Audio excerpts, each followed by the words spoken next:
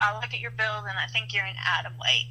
And that was devastating to me because I had such a hard time finding fights when I first started at atom weight. And I'd find a fight here or there. I'd beg people, come on, come to atom weight. But in reality, I was an atom weight. My coach is right. It's not very hard for me to make 105. And my build is for it. So I waited, and I got a fight here, and I got a fight there. And then as my amateur career was starting to end in the last year or so, it was very easy for me to find fights. And especially once I decided I was going to go pro. We had decided I had a good enough amateur record to go pro. I wanted to go pro, and as I was looking for pro fights, the amateur fights, I see them everywhere for 105 now. And I think the division is really growing rapidly now. So I'm excited for where 105 is going. Yeah, you mentioned the amateur record, 5-1, which is impressive. That one kind of almost as an asterisk because you had actually, in the amateurs, you cannot land elbows, and it might have been something that was, kind of an accidental thing, or sometimes it's just a reflex in terms of how you train and all that as well. And well, the good news is that as a pro, you can just start swinging those elbows again. So. I mean, it's great to be able to see it, like a fighter with that great record, make their way up into Invicta as well. I mean, you also have a win over the current Tough Enough 105 champion as well. So it says a lot in terms of you making your way up and into the Invicta ranks as well. I mean, just looking over at how much you've grown. I mean. Tell me a little bit about that, just to see how much you've grown as a fighter and how much you've learned, and what you're kind of looking forward to in terms of learning a little bit more from your next opponent and Invicta. I feel like I think you're right. I have grown as a fighter a lot, and I think you always continue to grow as a martial artist. When I first started as a fighter. I really struggled with my stand-up. You can watch some of my early amateur fights, and I mean, I'm still really growing with my stand-up, but I was really struggling with my stand-up, and I've really taken some time to really focus and work on my stand-up, and it's starting to come along. Now I'm really realizing I need to piece together my stand-up to set up takedowns.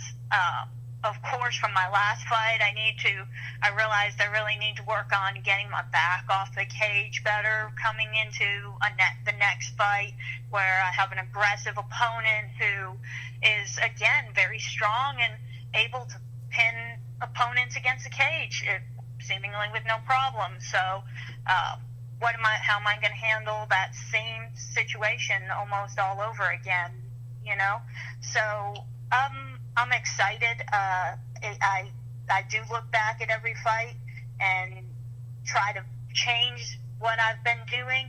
And I think that's all you can do is, okay, how can I work my cage wrestling a little bit better? How can I improve my stand-up a little bit better? And not forget about my jiu-jitsu, which is what I love. I've got finishers coming up in November that I'm also doing to keep my jiu-jitsu active. So, I think you're always looking to do anything that you can to keep improving, and then when I think nobody ever thinks that they don't have anything that they need to improve on. I'll continue to fight and find something else to improve on, and I think that's why I started getting into fighting and competing, because you spar in the gym completely different than how you actually fight. You move around so good when you're sparring in the gym, and then you throw wonderful combinations, and then you get in a fight and it's not that great, and you realize when you're actually competing and you're nervous, you're not on the same level, but you're still, every time you compete, you're getting a little bit better at competing. So everything grows together, I feel like. So I'm hoping that, I can go out and test everything again, go back and regroup, get better in the gym, get better at competing, and just keep that process going. Yeah, I mean, a lot of that distills muscle memory and just getting that feel, into that cage and all that as well. Like I said, Invicta's a little bit, a little bit different because it's a little bit bigger stage, but it'll be interesting to see how you kind of make your walk that as well. Speaking of which, have you come up with a walkout song yet? I think I'm gonna walk out to Beastie Boys' "Fight for Your Right." I've always come out to a Beastie Boys song of some sort. So "Fight for Your Right to Party" is a big Beastie Boys song, and I think it's good for the occasion. So that's probably the song I'm going to come out to. I'm older. I'm 37 years old, so "License to Ill" was one of my favorite CDs. So I like the old school Beastie Boys songs, and it seems like it's kind of they're always kind of neutral songs that the crowd always likes. Everybody likes them. Well, that's good to hear. Who's going to be going out with you out to Invicta? Scott and Gina Elliott are going to go out with me. So you have Gina there to kind of lean on you a little bit to get that experience under your belt, and obviously she's been there before, so she kind of knows everything that's kind of going on and everything like that. So it's great to be able to see that Gina's going to be along with you as well. Yeah, I'm looking forward to it. Gina's been she's been my corner for several of my fights, and I really feel comfortable with Gina. And Scott too. Scott is my coach. He puts a lot of effort into everything for me. He puts a lot of thought into each practice that I do, and I feel really comfortable with having the two of them in my corner. And my husband, Chris Langford's going to come out with me too. But I really appreciate all of them. My husband has been a really important part of everything for me. He corners as well sometimes for me if I need some help. But for this one, having both Scott and Gina in my corner will be really important to me. Yeah. Another question that just came up to me was the fact that you talked about training partners and the ability to work with different people. You do have a couple of atom weights in your gym, a couple straw. And I don't know if you have a couple of straw weights there. Gina's, I think, probably right around bantamweight at the moment. I would assume. How's it for you to kind of face people with different sizes, and has that helped you at all in terms of maybe a stronger opponent, somebody that's a little bit heavier or a little bit stronger than you, try to push you a little bit more? It always helps me having a big variety of opponents. That way I don't get too comfortable in how I think this one person is going to fight or what's going to happen. I've got Zayd Hawkins, who's he's a 170 guy. He can make sure that I'm using technical mount escapes because I'm not getting away with anything with a 170-pound guy. I've got Adam Fritz, who's got great jiu-jitsu. And I've got Gina. I've got actually her son, Chris Bagley, is a 120-pound, 15-year-old wrestler. And that kid is an outstanding training partner. Having a little wrestler like that, he's small, he's fast, like an atom weight moves.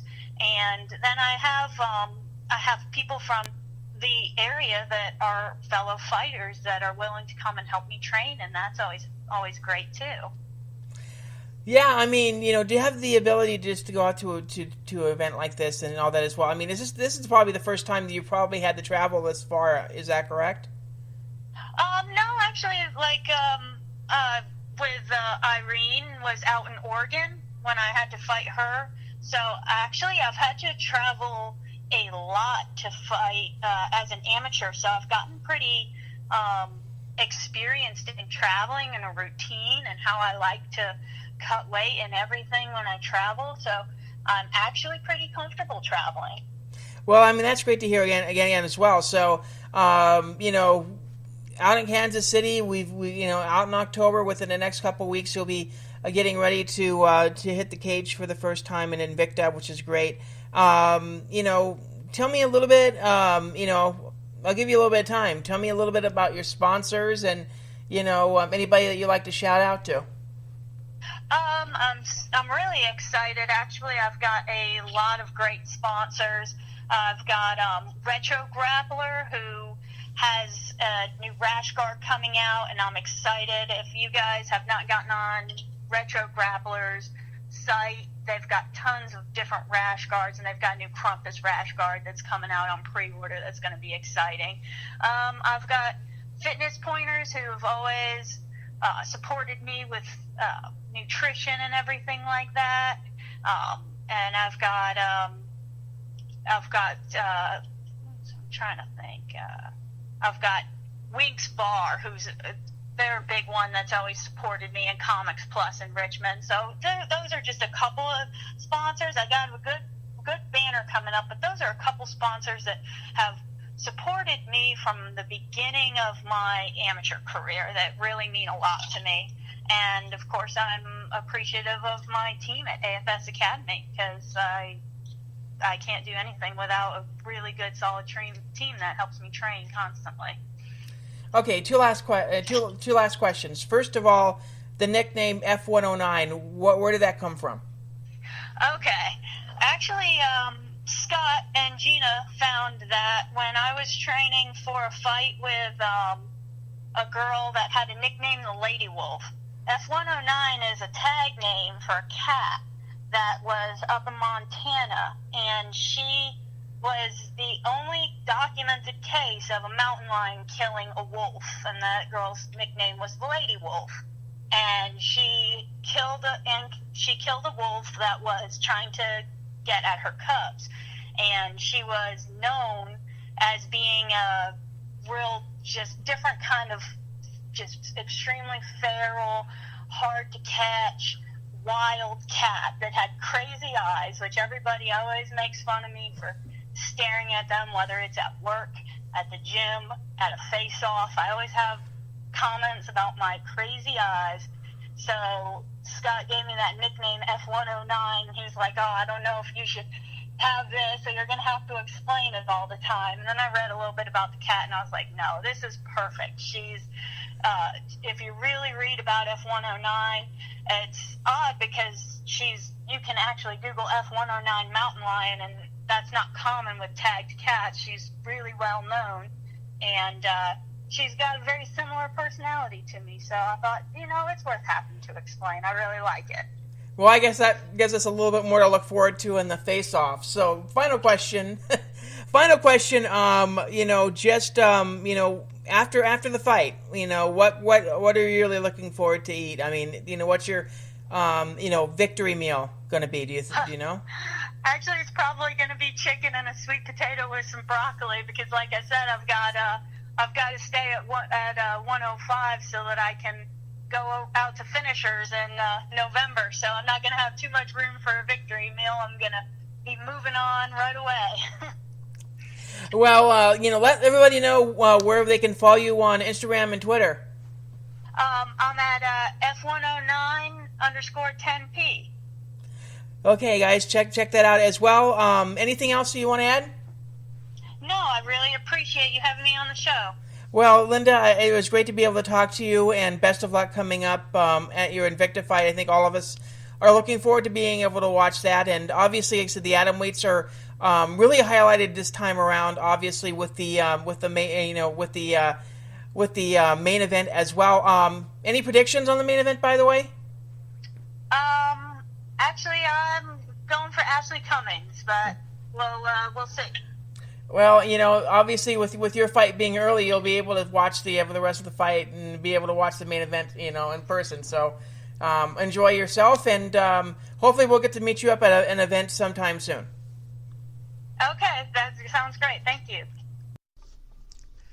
The other atomweight fight that we're really looking forward to involves two Invicta fight vets that are coming off wins. Lindsay Van Zant and our interview next, Shino VanHoose. Shino has been out for the past year rehabbing an injury, but she's been really, really wanting to get back in there and had a lot of motivation. It's interesting to talk to her a little bit about her past and how much of a fighter that she has developed into be. So here with our live in studio interview, here is Shino VanHoose. October 4th, my guest at this time will be facing Lindsay Van Zandt in the atomweight division. She is a person that has probably